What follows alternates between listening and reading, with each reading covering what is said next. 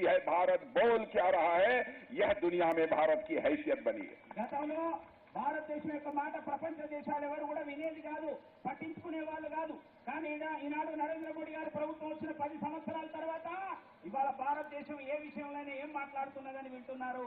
ఇవాళ భారతదేశానికి అత్యంత ప్రతిష్ట ప్రపంచంలో కలిగించిన యొక్క ప్రభుత్వం నరేంద్ర మోడీ గారి ప్రభుత్వం అని చెప్పి మనం చేస్తున్నాను. ప్రపంచంలో భారతదేశానికి ఒక మంచి గౌరవాన్ని తీసుకొచ్చిన యొక్క ప్రభుత్వం నరేంద్ర మోడీ ప్రభుత్వం.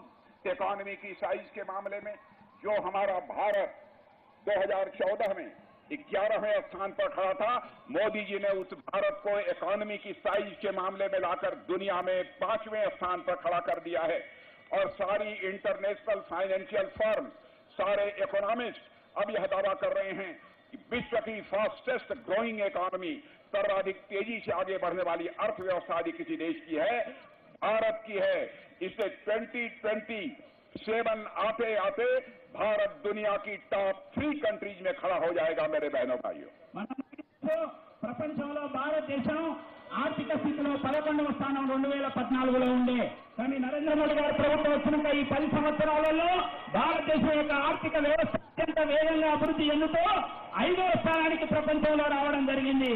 ఇంకా మరి రాబోయే రోజుల్లో 2022 కల్లా ప్రపంచంలో 3వ అతిపెద్ద ఆర్థిక వ్యవస్థగా భారతదేశం రాబోతుంది.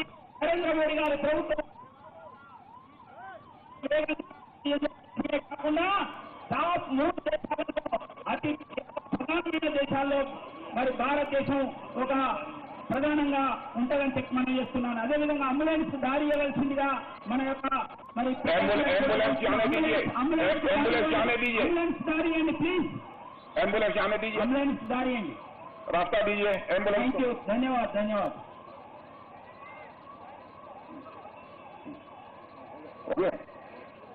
मेरे बहनों भाइयों, आपको मालूम है रूस और यूक्रेन के बीच लगभग 2 वर्षों से लगातार यह वार चल रहा है। बराबर रूस की तरफ से भी मिसाइल, बम, गोले, ये सब सारे चल रहे हैं, यूक्रेन की तरफ से भी चल रहे हैं। जब यह लड़ाई शुरू हुई थी, हमारे भारत के रहने वाले हजारों बच्चे यूक्रेन में पढ़ाई कर रहे थे। उनके फादर मदर जो भारत में रहते थे वो बहुत परेशान हुए कि कहीं हमारे बच्चे ही ना उस वार के शिकार हो जाएं। प्राइम मिनिस्टर से उनका डेलीगेशन मिलकर उनसे यह कहा कि प्राइम मिनिस्टर मोदी जी, चाहे जैसे भी हो हमारे बच्चों को यूक्रेन से बाहर निकालिए। हमारे प्राइम मिनिस्टर ने रूस के प्रेसिडेंट मिस्टर पुतिन से बात की, यूक्रेन के प्रेसिडेंट मिस्टर जेलेंस्की से बात करी, और आपको जानकर आश्चर्य होगा 4.5 आवर के लिए रशिया यूक्रेन वार रुक गया। मोर देन 22,000 हमारे स्टूडेंट यूक्रेन से चलकर भारत आ गए। यह है हमारा। మిత్రులారా, మనందరికీ తెలుసు గత 2 సంవత్సరాల నుంచి ఆ యుద్ధం పెద్ద ఎత్తున జరుగుతున్నది. అనేక రకాల ఆయుధాలు ప్రయోగించుకుంటున్నారు. భారతీయ విద్యార్థులు అక్కడ అటువంటి వాళ్ళని బయటికి తీసుకురావాలి. మన ప్రధానమంత్రి నరేంద్ర మోడీ గారు మరి రష్యా యొక్క అధ్యక్షుడు పుతిన్తో, అదేవిధంగా ఉక్రెయిన్ అధ్యక్షుడు జెలెన్స్కీతో దయచేసి దారి వదలవలసిందిగా కోరుతున్నాం. అంబులెన్స్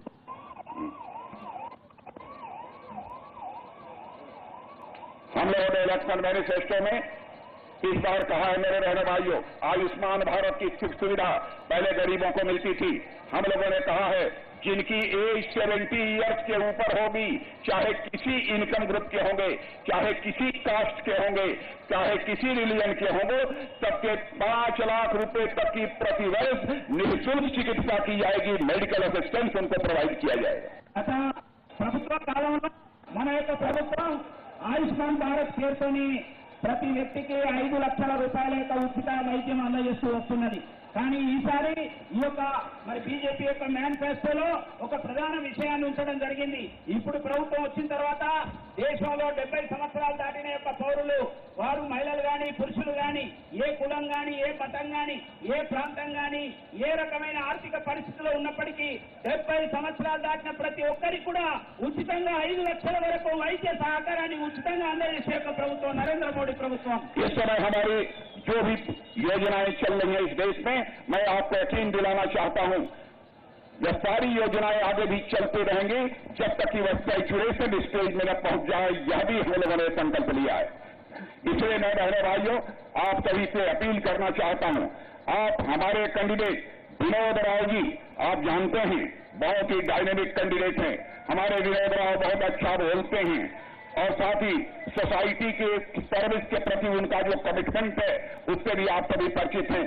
इसलिए मैं आप सबसे अपील कर रहा हूं कि विनोद राव जी जिनका की इलेक्शन सिंबल लोटस है, कमल का फूल है, कमल के फूल का बटन दबाइए, इन्हें भारी मतों से जिताकर आप पार्लियामेंट भेजिए, यही आपसे अपील करना चाहता हूं।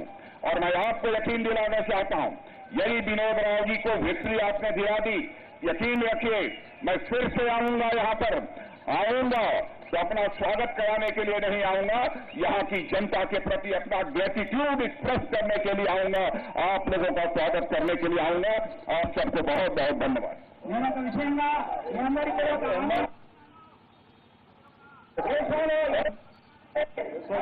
అవన్నీ కూడా పూర్తిగా ప్రజలందరికీ అందుబాటులోకి వచ్చే విధంగా నరేంద్ర మోడీ గారి ప్రభుత్వం మరొకసారి వచ్చిన తర్వాత తీసుకురావడం జరుగుతుంది. అదే విధంగా మరి ఇక్కడ బీజేపీ అభ్యర్థిగా నిలబడ్డ యొక్క వినోదరావు గారి యొక్క కమలం గుర్తుకు ఓటు వేసి గెలిపించండి. నేను తప్పక మళ్ళీ వస్తాను. కేవలం మీ అభినందన చెప్పడానికి మళ్ళీ